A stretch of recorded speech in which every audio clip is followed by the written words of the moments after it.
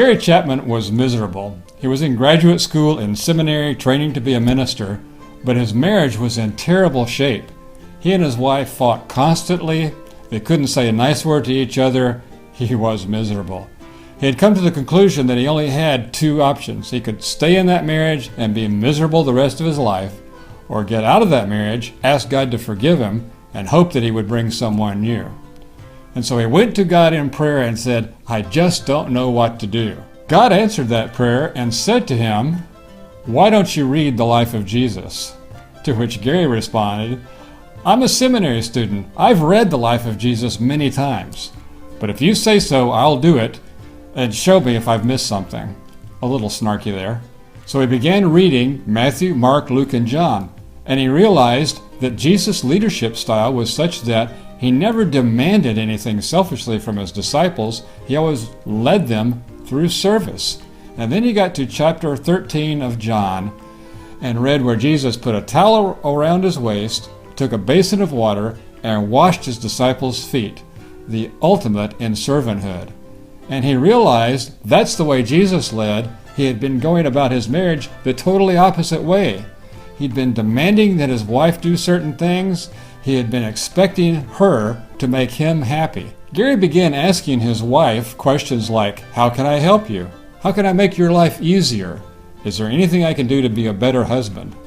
And he said his wife was only too happy to answer those questions. And when he started doing the things that she suggested, he realized their marriage slowly but surely started improving. Eventually he came home one day after a couple of months and she had cooked his favorite meal without him even asking. They began to have warm feelings toward each other, and that's when Gary realized our marriage is going to work. And from that point on, their marriage has gotten better and better.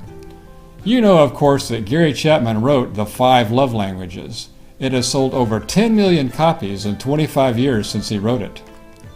He also wrote the book that fewer people know about, titled Covenant Marriage.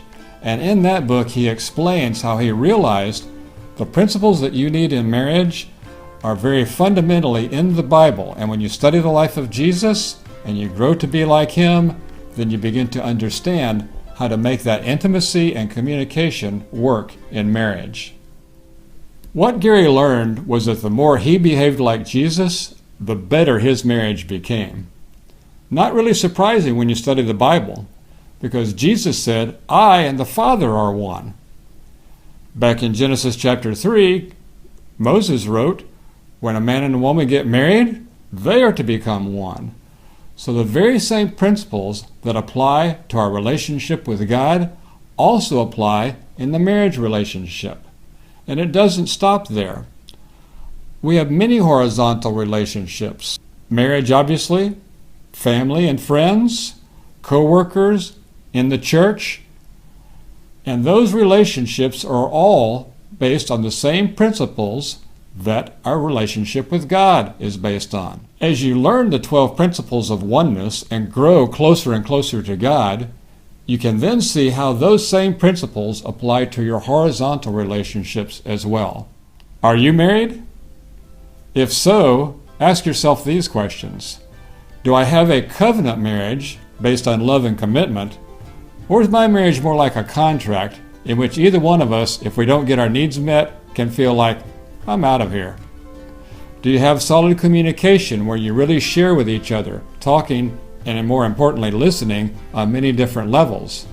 Or is your communication limited or even dangerous?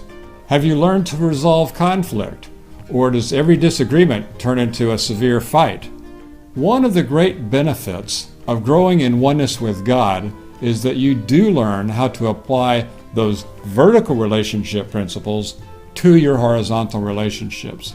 And it can improve not only your marriage, your family relationships, those at church, but any relationship you have with anyone. So I encourage you, grow closer to God, and you'll grow closer in your marriage and in your other relationships as well.